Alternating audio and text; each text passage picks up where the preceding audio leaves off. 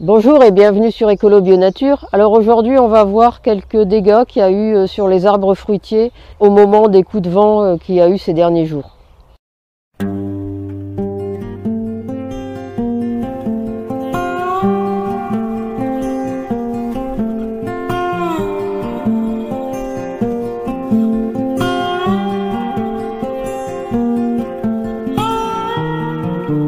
Alors on va commencer par le cerisier.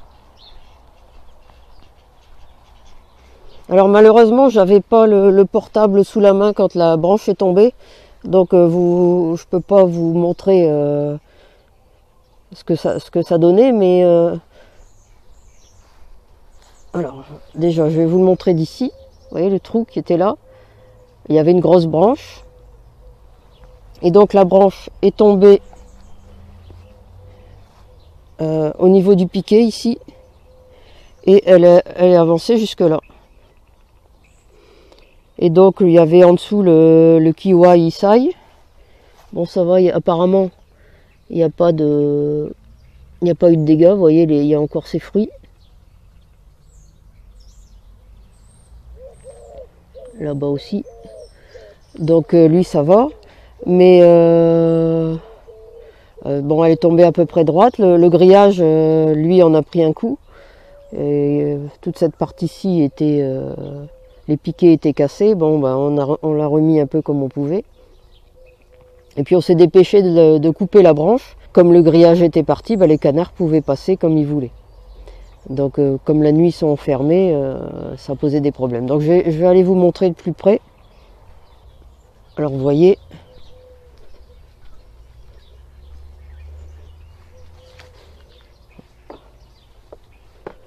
En fait, il est pourri de l'intérieur. L'eau s'est infiltrée petit à petit au niveau ici.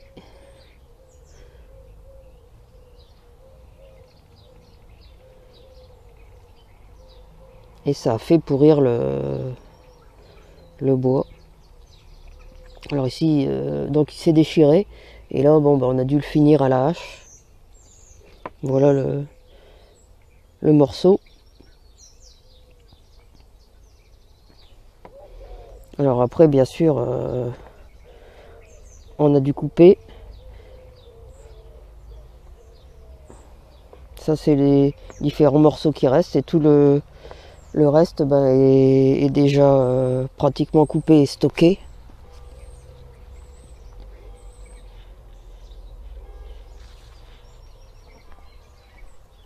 Voilà, ici, vous voyez. Tout au moins les grosses parties. Après, tout ce qui est petites branches, ça, on les a pas encore coupées. On s'est contenté de les descendre près du garage. Et donc, après, je vais vous montrer l'autre arbre, là-bas au fond. Avant d'aller au prunier, je reviens quand même ici au cerisier. Il y a une partie des branches qui sont encore ici. Vous voyez, ceux-là, elles n'ont pas été coupées. Il n'y a que les petites qui ont été descendues.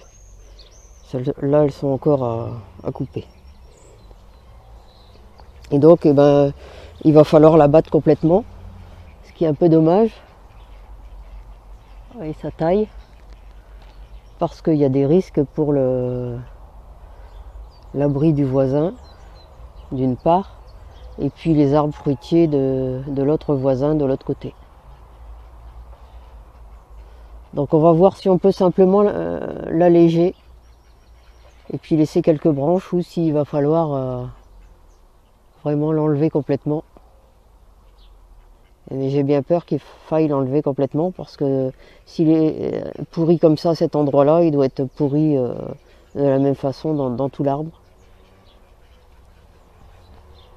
Et ça va pas être une mince affaire, vu sa taille.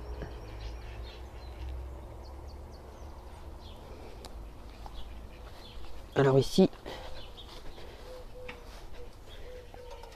vous voyez, ça c'est le prunier.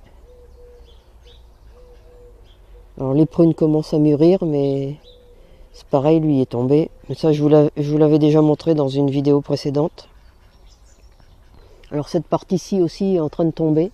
Donc j'avais essayé de remettre un été, mais il n'a pas tenu.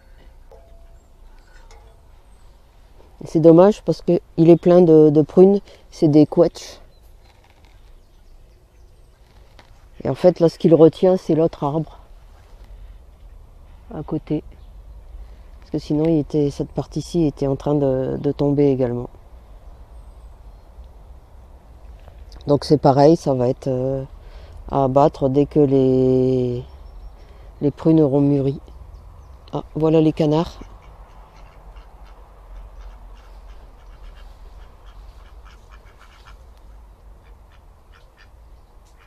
Ils sont venus vous dire bonjour. Alors on continue pour les dégâts. Encore ici, on va dire bonjour à Marie-Jo en passant. Bonjour Marie-Jo. Alice n'est pas là, elle doit être en train de pondre. Alors au niveau des dégâts, il y a ici aussi, vous voyez, un vieux rosier. Alors ça, c'est le dernier rosier planté par mon grand-père. Donc il a 30 ans. Et c'est pareil, j'ai dû mettre un été parce il s'est fendu jusqu'en bas.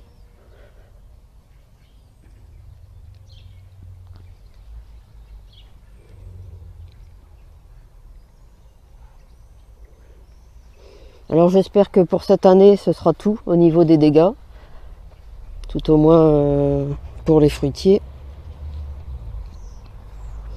Et alors, je vais vous parler d'un autre type de dégâts possibles.